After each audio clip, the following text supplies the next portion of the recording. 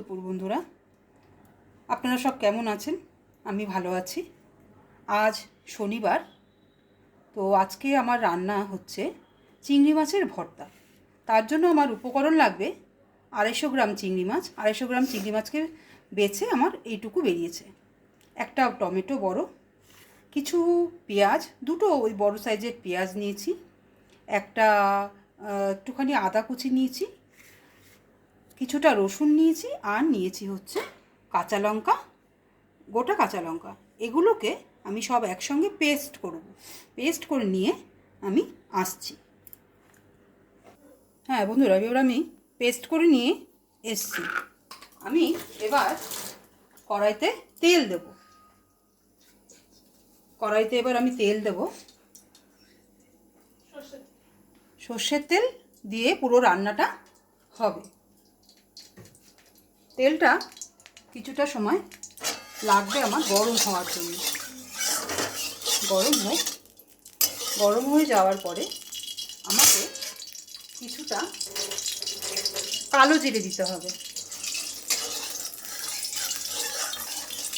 এটা গরম ভাতের সাথে, তেলটা গরম হোক, আমি ততক্ষণ আপনাদের কিছুটা কথা বলতে চাই।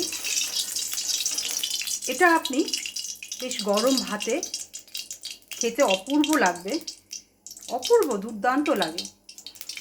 খেলে আপনারা রান্না করে যখন খাবেন বুঝতে পারবেন এর কতটা স্বাদ, দুর্ধর্ষ লাগে।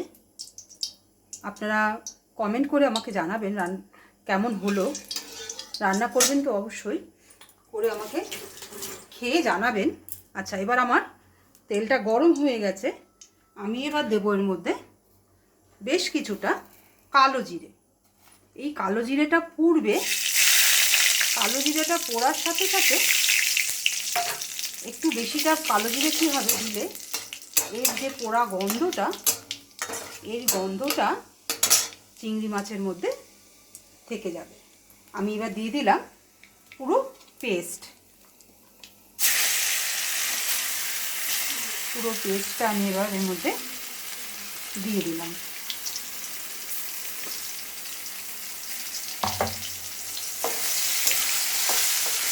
এবার দেবো আমি এতে হলুদ। এবার দেবো এতে আমি হলুদ দেবো।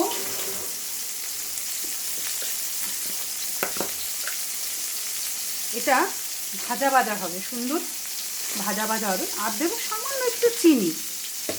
চিনিটা এই কারণেই দেবো, লবণের ব্যালেন্সটাকে ঠিক রাখার জন্য চিনিটা দেব, অল্প একটু চিনি দেব। তো এই ভাজা ভাজা হতে হতে, এটা ভাজা ভাজা যত হবে এইভাবে এটাকে ভাজতে হবে। ভেজে ভেজে এর একটা পোড়া পোড়া শেড আসবে। এই পোড়া পোড়া শেডটায় এর গন্ধটাকে আরও বাড়িয়ে দেবে।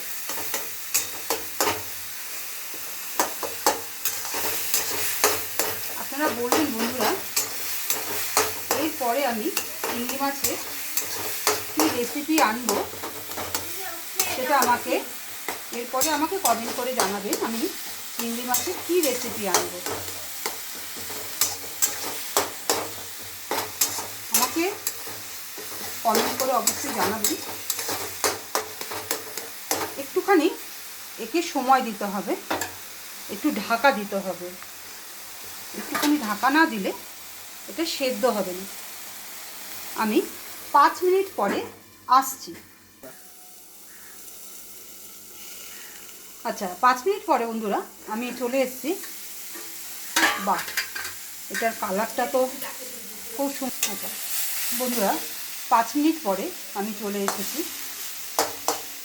5 মিনিট পরে এসে দেখছি এটা খুব শর্টকাট রান্না, সময় খুব কম লাগে, অথচ খুব টেস্টি। আমি যখন পেস্ট করছিলাম তখন আমি লবণটা দিয়ে নিয়েছিলাম, যার জন্য আমাকে আর লবণটা দেখে আবার একটু দেখে নিই লবণটা আমার লাগবে কি না,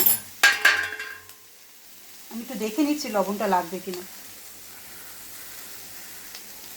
না, ঠিক আছে, লবণ ঠিক আছে, আর লাগবে না লবণ। তো অল্প সময়ে একটা টেস্টি রান্না, অল্প সময়ে একদম খুব টেস্টি রান্না। আপনারা রান্নাটা করে দেখবেন বন্ধুরা, খুব দারুণ লাগে, ঝাল ঝাল,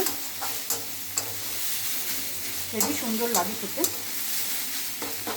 তো আমার রান্না প্রায় রেডি। খুব অল্প সময়ে রান্নাটা করা যায়, অথচ হেভি টেস্টি। আমার রান্না রেডি। আপনারা রান্নাটা করে খেয়ে আমাকে কমেন্ট করে জানাবেন কেমন এটা খেতে হয়েছে। ভালো থাকবেন আপনারা সবাই, সবসময় সুস্থ থাকবেন, সেই কামনা আমি করি আপনাদের কাছে। আজকের মতো আমার রান্না